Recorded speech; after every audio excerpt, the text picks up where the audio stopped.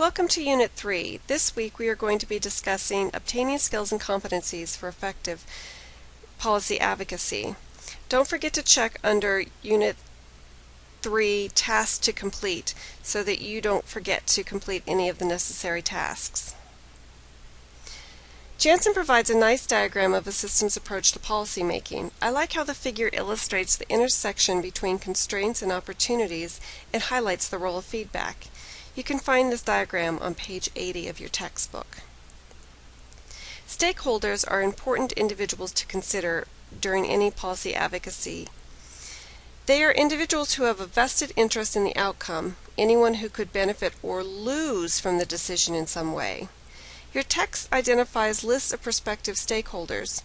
You can start identifying who may be stakeholders by simply asking yourself, who may be impacted? Birch provides us a framework for thinking about aspects that influence stakeholders.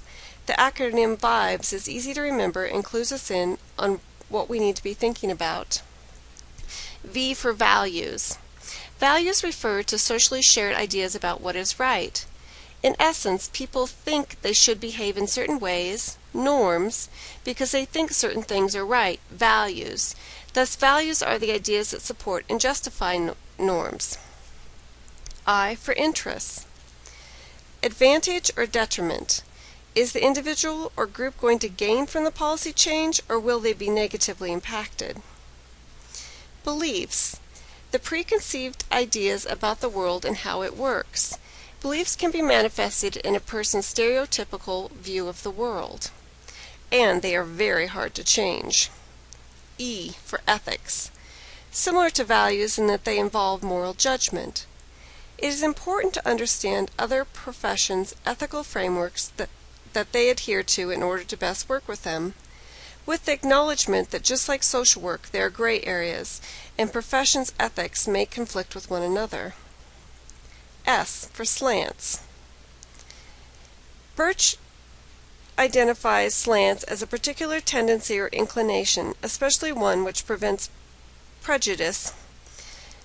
unprejudiced consideration of a question. Slants aren't as strong as beliefs, but they can impact people without them even realizing it.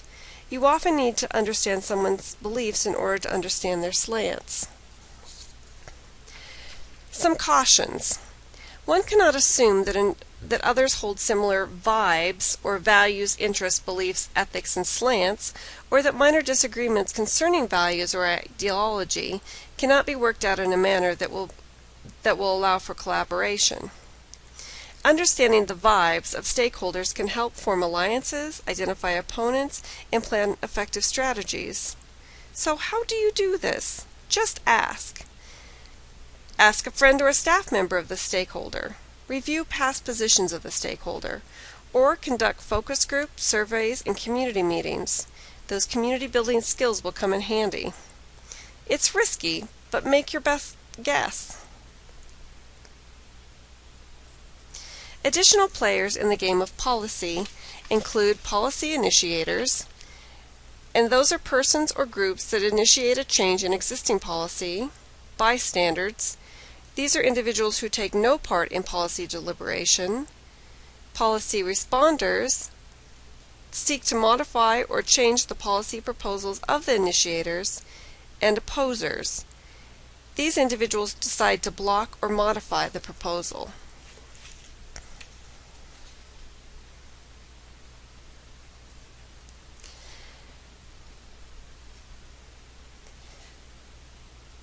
Just lost my place, just 1 second here. So deciding what is right and wrong. We discussed ethical perspectives at length last week. This task is used to determine if the policy in question has ethical merit.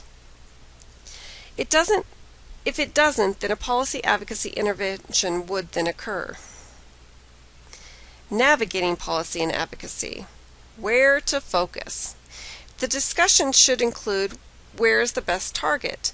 Does it make sense to start with a bottom-up change or top-down change? Is this an agency or community issue? Which would be more effective and or politically feasible?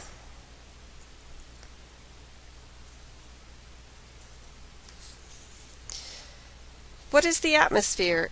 is it favorable, and can the policy be moved forward, or is the opposition still have a strong foothold and more support needs to be garnered?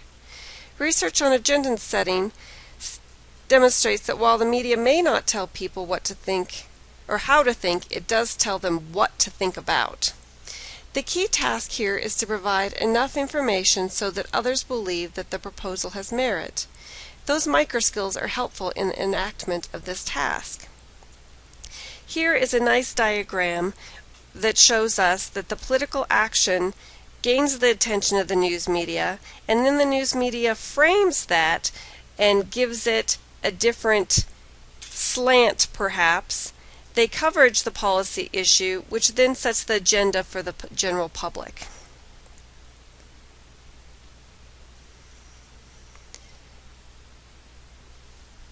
So, problem analyzing. This task puts your analytical skills to work.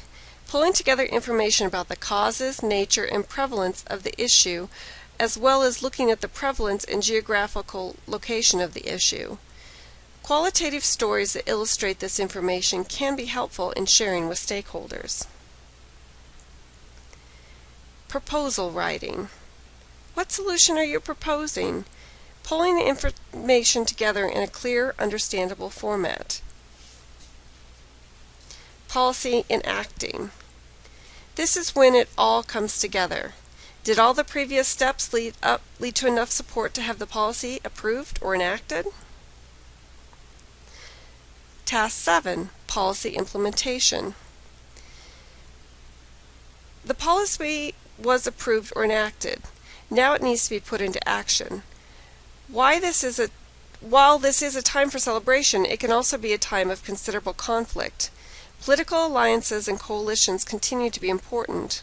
I selected this icon because I thought it helped symbolize putting the pieces together and the fact that money is often a factor. In addition, the pieces may not be an ideal fit.